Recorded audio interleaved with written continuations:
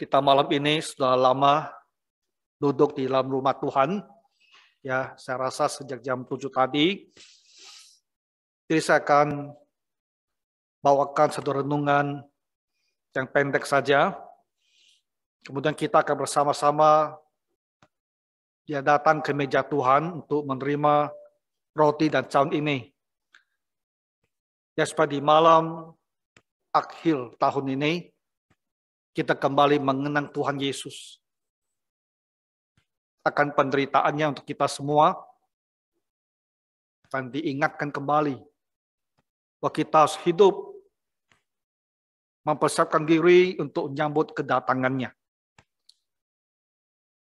Bapak Ibu, ada satu hal yang tepat sekali, sesuai dengan kehendaknya. Bahwa di malam pergantian tahun, kita semua datang ke rumah Tuhan. Mengutamakan Tuhan. Karena 1 tahun telah kita lalui. Dan saya rasa kita semua sepakat, meskipun di dalam pandemi, tahun ini adalah tahun yang baik juga. Ya, tahun yang telah Tuhan sertai. Sehingga sampai di ujung tahun kita tidak kekurangan apapun. Ya, dengan sehat, beribadah bersama-sama. 3 ayat yang kita bacakan tadi itu merupakan bahagian yang saya penggal dari bacaan responsoria tadi. Dan kalau kita perhatikan dengan baik tadi di pasal 91, kita mempunyai konteks ya daripada ayat yang dikutip ini. Yaitu pemeliharaan Tuhan. Orang yang berlindung kepada Tuhan. Berlindung kepada yang maha tinggi. Kita telah berlindung kepadanya. Panjang tahun ini, tahun-tahun yang telah berlalu, dan tentu tahun-tahun yang akan datang. Betapa bahagianya, betapa besar anugerahnya, bahwa kita manusia yang fana ini, penuh dengan kelemahan. Dan dalam dunia yang berbahaya sekarang, ada tempat bagi kita untuk berlindung. Jadi marilah kita di malam hari ini, sebelum kita masuki tahun baru, kita beribadah dengan hati yang bersyukur, berterima kasih kepada Tuhan untuk perlindungannya. Disertai dengan doa di hati kita, Tuhan tetap lindungi saya di tahun yang baru ini. Ayat ke-14, sungguh hatinya melekat kepadaku. Ini adalah perkataan dari Tuhan. Ini bukan suara dari pemazmur ini. Tapi dia menuliskan apa yang Tuhan pikirkan dan Tuhan rasakan tentang umatnya. Sungguh hatinya melekat kepadaku, maka aku akan meluputkannya, aku akan membentenginya, sebab ia mengenal namaku. Mata Tuhan melihat segala sesuatu. Dia melihat semua umatnya di segala tempat di seluruh dunia ini. Dan mata Tuhan juga melihat kita sekalian. Dia melihat sampai ke dalam hati dan pikiran kita. Dan dia menemukan ada orang-orang percaya yang hatinya melekat kepada Tuhan. Yang mengenal namanya. Mengenal namanya tentu berbicara tentang orang yang telah mengakui bahwa Tuhan kita adalah Sang Pencipta. bahwa Yesus Kristus adalah juru selamat dunia ini. Dan kita menerima, mengakui dia adalah juru selamat dan Tuhan kita. Tapi yang hatinya melekat kepada Tuhan. Ini yang sangat istimewa. Ya, Tuhan memilih menggunakan kata melekat. Melekat, lengket. Itu seolah-olah tak terpisahkan. Dan ada hati manusia yang begitu dekat dengan Tuhan.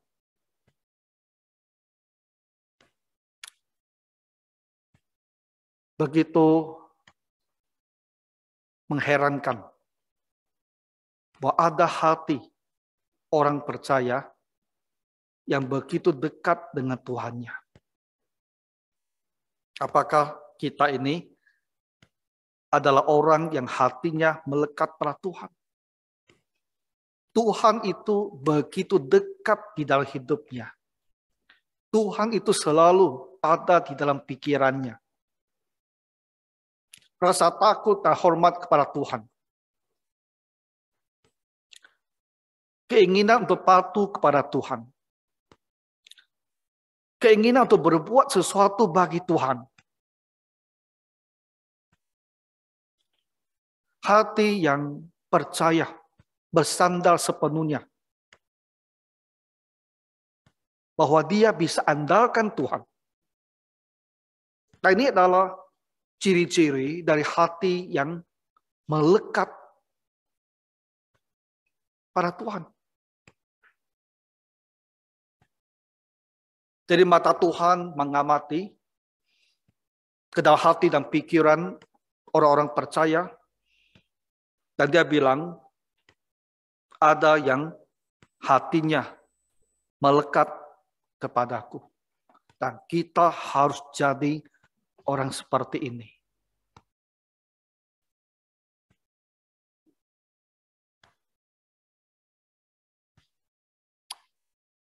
Persoalan hidup hati kita yang terlalu duniawi kadang-kadang akan menjauhkan kita dari Tuhan. Kita tak akan pernah menyangkal Tuhan. Kita tak akan pernah bilang saya tak percaya pada Tuhan. Kita tetap percaya pada Tuhan. Maka di mulut kita pun kita tak akan mau mengatakan saya tidak mengasihi Tuhan. Tapi antara sadar atau tidak sadar,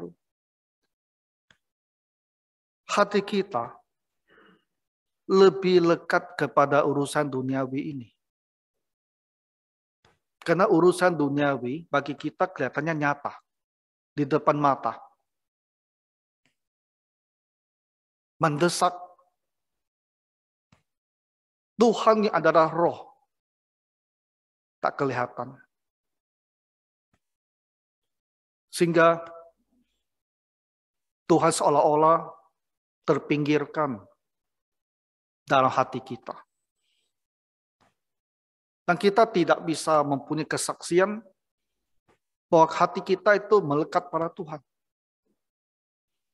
Bapak Ibu, kalau kita bacakan dan bicarakan hal seperti ini, tujuannya supaya kita bertobat. Supaya kita sadar bahwa Tuhan mengharapkan hati kita ini melekat kepadanya. Karena dia adalah Tuhan pencipta kita. Lebih daripada pencipta. Dia adalah juru selamat. Dalam hidup sehari-hari dia adalah gembala kita. Dan hidup yang akan datang. Dia memberikan kehidupan yang kekal. Betapa besar anugerah yang Tuhan berikan kepada kita.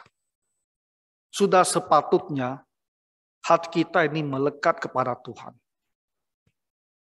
Jadi kita harus bertobat, harus berubah.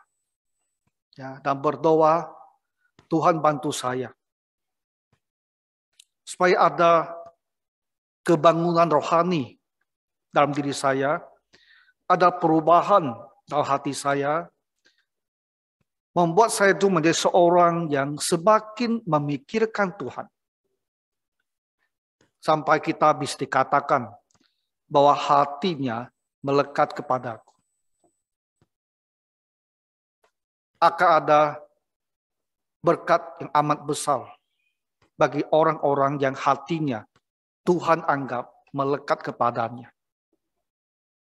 Apa yang dia katakan di sini? Ayat ke-14, aku akan meluputkannya, aku akan membentenginya. Kalau ada kesulitan, apapun juga kesulitan itu, Tuhan bilang, aku akan meluputkannya. Akan melepaskan dia dari kesulitan dia. Kalau ada ancaman bahaya, Tuhan akan membentenginya. Sehingga bahaya itu tak akan bisa menyentuh dia. Tak akan bisa menjadi celaka bagi hidupnya. Tuhan akan meluputkan, Tuhan akan membentengi. Dan kita membutuhkan anugerah ini. Tuhan luputkan saya, dan Tuhan bentengi saya. Betapa amannya kita. Ya, kalau Tuhan yang meluputkan dan membentengi kita. Bapak Ibu, tahun ini kita semua tentu bisa bersaksi. Tuhan pun ada meluputkan kita dan membentengi kita. Ya, terlepas dari kadar, ya seberapa tinggi, seberapa dalam sesungguhnya kita ini hatinya melekat pada Tuhan. Tapi ternyata kasih sayang Tuhan itu sedemikian besar. Ya, kita semua, bukankah telah Tuhan luputkan dan bentengi juga? Terutama dalam berurusan dengan COVID ini. Tadi kesaksian kita mendengar ada yang pernah terinfeksi, tapi bukankah Tuhan luputkan kita terinfeksi? Ada yang parah, ada yang ringan, tapi bukankah kita terlepas, tetap hidup, tetap bisa datang ke rumah Tuhan dan beribadah?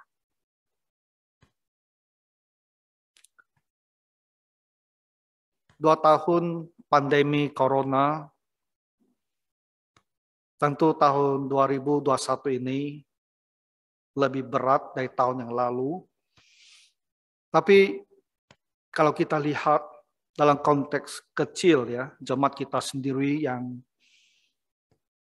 kisaran 150-200 orang ini, kita harus mengakui Tuhan membentengi kita.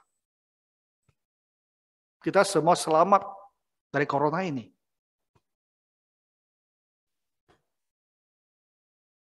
Tiga yang meninggal tahun ini. Tapi tidak semuanya karena corona. Awal tahunnya, Pak Saiman, Tuhan panggil. Tapi Pak Saiman sakitnya ada penyakit jantung, bukan corona. Kemudian Ibu Mok Sang Ping, dia memang dimasukkan ke rumah sakit karena tesnya positif. Tapi dia meninggal bukan karena corona. Dia meninggal karena terjatuh di tempat tidur dan ada masalah di kepalanya, otaknya, pendarahan. Dan waktu itu setelah meninggal untuk menentukan bagaimana protokol pemakaman, dia dites lagi, ternyata negatif.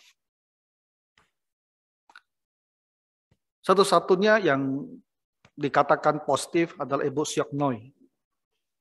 Tapi Ibu Syoknoi sudah 92 atau 94. Tes positifnya itu juga dilakukan di rumah. Bukan secara resmi. Jadi tesnya dikatakan positif di rumah. Benar positif atau tidak benar positif, tak ada orang yang tahu. Nah, jadi dalam 2 tahun pandemi, walaupun menimbulkan banyak kepanikan kepada kita, tentu juga usaha yang sangat besar, ya bagaimana menjauhkan jemaat daripada penyakit yang satu ini. Tuhan menolong kita. Ya, Bapak Ibu semua tetap sehat. Sekalipun terinfeksi, kita sembuh. Ya, sembuh.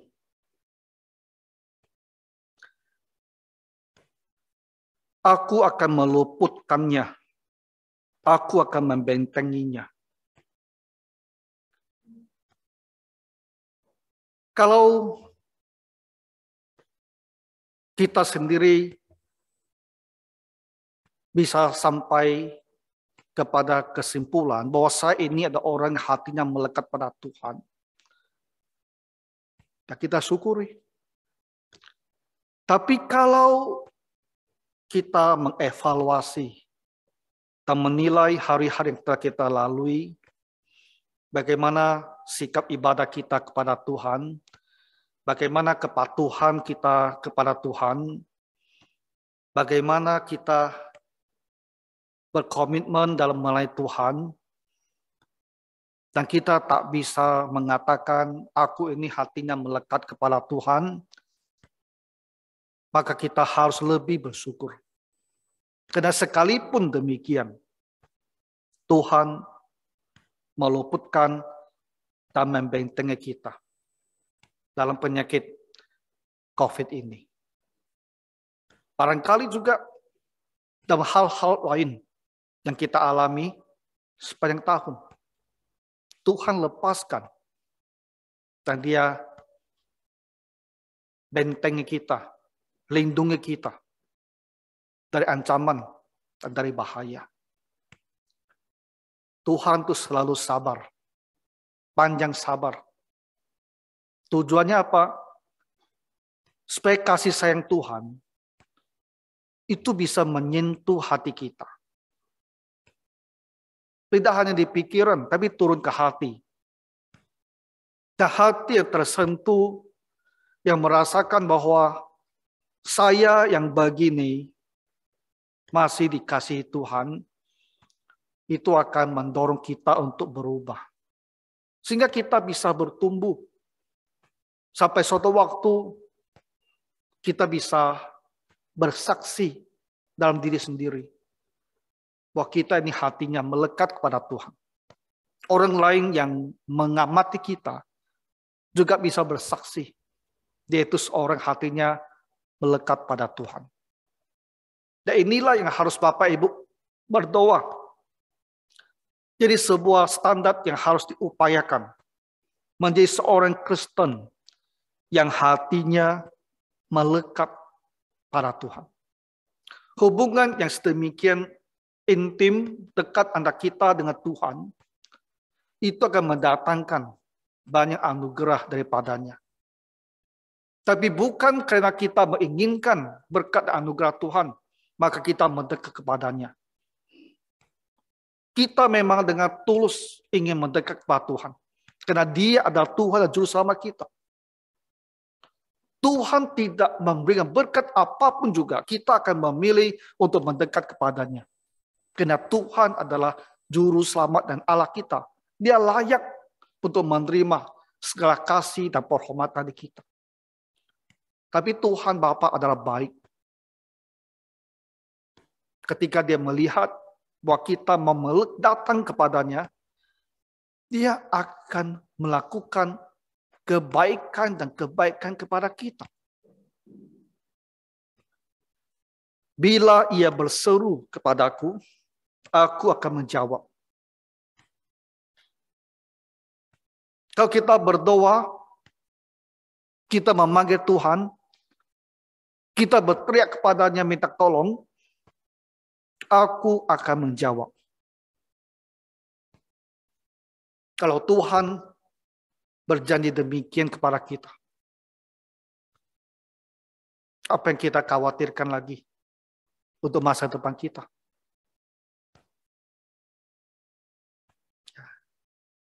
Bila ia berseru kepadaku, aku akan menjawab. Kita memasuki tahun yang baru ini dengan sebuah janji yang sedemikian besar. Apapun kesulitan yang kemungkinan akan kita hadapi, kita tidak menghadapinya sendirian. Tapi kita mempunyai Tuhan yang maha kuasa, yang mampu berbuat segala sesuatu. Dan dia telah berjanji, ia akan menjawab kita. Bukankah dengan demikian, kita benar-benar harus hidup dekat dengan Tuhan? Karena kita butuh Tuhan menjawab kita. Aku akan menyertai dia dalam kesesakan.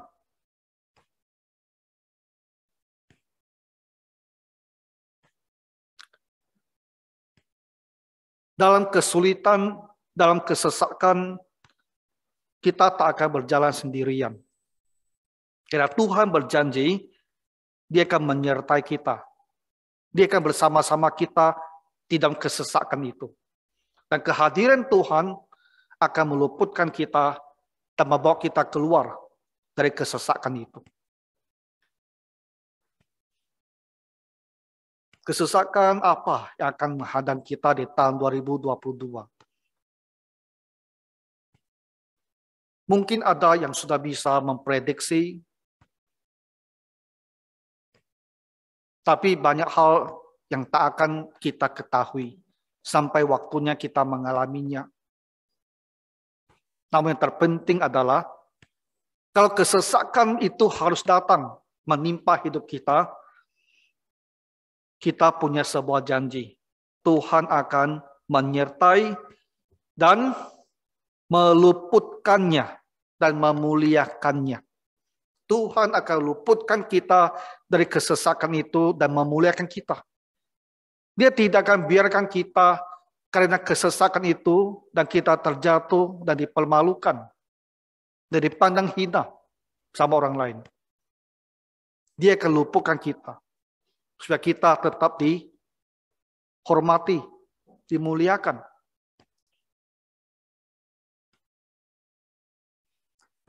Bapak Ibu, tak ada alasan setelah kita mendengar janji Tuhan sedemikian rupa, dan kita masih tetap tidak mau mendekat kepadanya. Kenapa hati saya harus begitu keras? Kenapa telinga saya itu tak bisa mendengar perkataan Tuhan? Ya. Kita harus berdoa, Tuhan ubahkan saya. Hati saya ini harus Tuhan ubah. Sehingga hati saya ini bisa meresponi, menanggapi janji Tuhan. Hati kita harus menjadi lembut. Sehingga apa yang Tuhan telah janjikan ini, bagi kita itu adalah sebuah kekuatan baru. Membuat kita merasa saya bukanlah orang yang tidak mempunyai pengharapan. Tahun depan akan baik. Karena Tuhan bersama saya. Tuhan akan menjawab doa saya. Dia akan meluputkan saya dari kesesakan. Satu lagi yang dikatakan di ayat 19.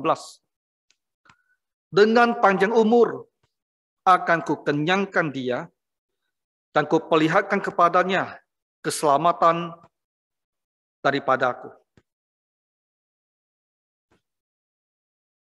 Satu, dunia kita bisa kacau sampai begini sekarang. Antara kebohongan dan kenyataan. Seperti Matrix. Mana yang benar, mana yang bohong. Sekarang sangat membingungkan. Kenapa dunia bisa jatuh dalam kondisi sedemikian parah? Karena semua takut mati. Itu saja. Semua takut mati. Ternyata, karena manusia takut mati, maka seluruh dunia itu bisa dikendalikan.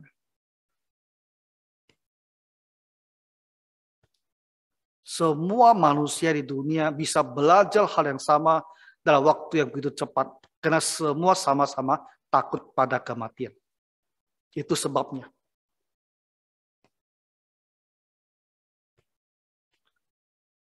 Jadi adalah benar di dalam diri kita semua orang.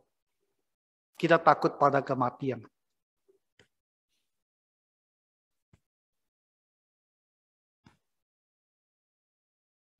Pertama-tama mungkin karena kematian adalah suatu pengalaman yang belum kita pahami bagaimana kondisinya, jadi ada kesan menakutkan.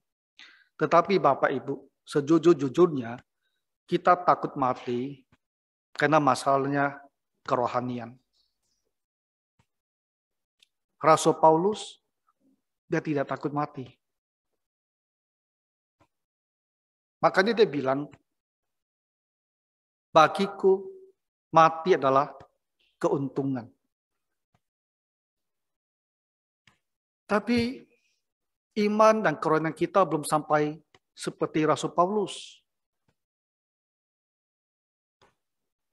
Makanya kita takut mati. Tapi karena kita ada orang beriman, kita telah lahir baru. Sekalipun karena lemahnya iman, kita ada ketakutan. Tapi apabila waktunya sampai kita mengalaminya, bukan ketakutan nanti. Setelah itu terjadi. Tapi adalah sukacita.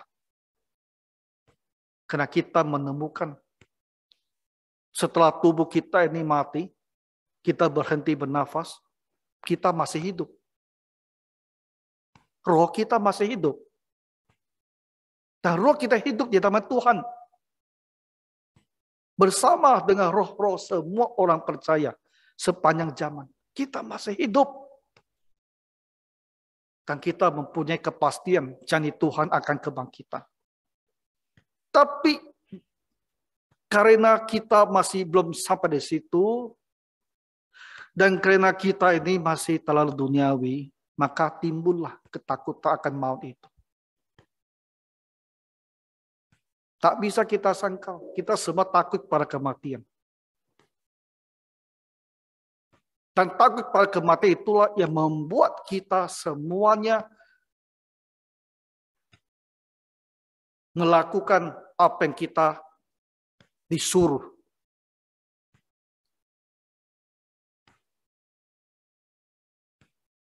Gereja tentu berusaha maksimal menjaga kesehatan jemaat. Kalau seandainya COVID ini adalah begitu mematikan, seperti yang kita pikirkan di awal-awalnya, makanya kebaktian dibubarkan. Gereja berhenti, semua go online. Tapi 2 tahun sudah berlalu. Dan kita semua sudah tahu. Bukanlah seperti itu situasinya. Tapi Bapak Ibu, saya hanya ngomong satu kali lah. Karena kita begitu takut kematian, sekalipun kita tahu itu tak terlalu berbahaya, kita masih sampai saat ini tak mau datang gereja beribadah, tak mau bersekutu. Tadi sudah saya katakan, 50% saja yang datang beribadah. Yang lainnya tetap tidak mau. Kenapa? Kita takut. Kita takut terinfeksi. Kita takut kalau terinfeksi mengalami kematian. Ini adalah hal yang kita semua perlu renungkan baik-baik. Begitu takutkah saya kepada kematian COVID? Sekalipun saya pun sudah sadar sekarang bahwa bagi banyak orang, situasinya bukanlah demikian. Dan kita masih memilih tak mau mengaktifkan gereja. Tak mau beribadah, tak mau melayani, tak mau bersekutu. Apakah kita masih mau seperti ini? Tahun depan mau tidak mau, di awal-awal tahun kita harus mempelajari firman Tuhan, kitab Hagai, untuk membangun kembali fondasi iman orang Kristen.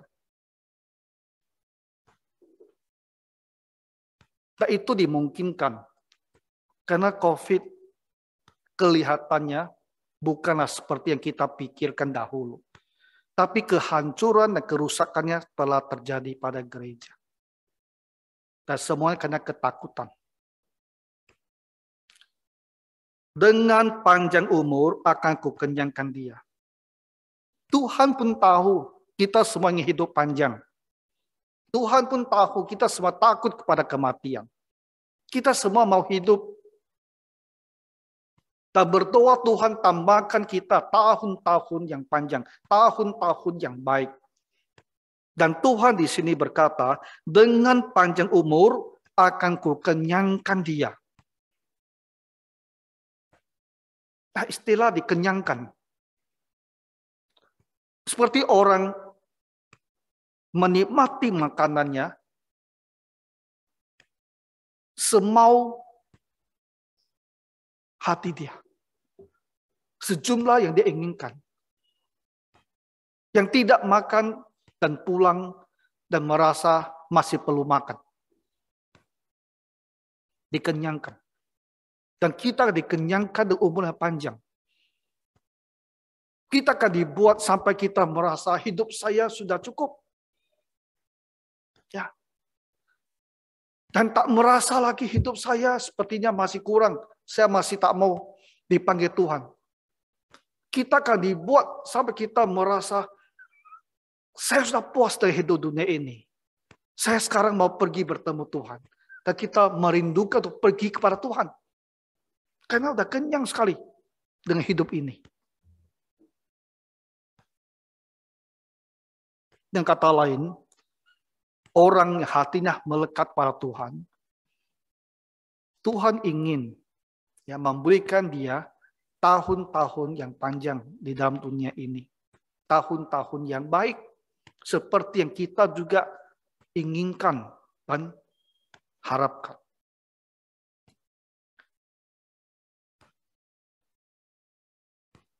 Malam ini kita datang dan bersyukur. Dan kiranya kita meninggalkan tahun ini, memasuki tahun yang baru, dengan ada sebuah perubahan di hati kita. Bersyukur tahun yang telah dilalui, dan berdoa, Tuhan, tahun yang baru ini, hatiku harus melekat kepadamu. Karena itulah yang Tuhan kehendaki. Jadi hati kita yang masih ada di mana-mana, yang masih jauh dari Tuhan, kita harus berubah. Ya. Mulai tahun baru dengan hati yang diubahkan ini. Hati yang melekat pada Tuhan. Dan kita akan menyaksikan betapa baiknya Tuhan kepada kita di tahun yang akan datang ini. Mari kita berdoa. Bapa Surgawi, berkatilah semua jemaat-Mu ini. Karena inilah umat yang Engkau kasihi, yang Engkau selamatkan di dalam Tuhan Yesus. Dan Tuhan tidak berhenti-hentinya mengingatkan kami melalui firman-Mu. Apa yang Tuhan kehendaki dari kami, yaitu hati yang melekat kepadamu. Hati yang sepenuhnya dengan tulus mengasihi Tuhan. Bapa Surgawi, kami mau menjadi orang Kristen yang seperti ini. Ampunilah kami di masa lalu, di hari-hari telah berlalu. Ampuni kami. Dan kuatkanlah kami, sehingga hati kami ini benar-benar tidak akan lagi menjauh daripadamu, tapi akan mendekat kepada Tuhan, dan semakin hari semakin dekat kepadamu. Berkatilah ya Tuhan sekali lagi semua jemaat-Mu ini. Dalam nama Tuhan Yesus Kristus kami berdoa. Amin.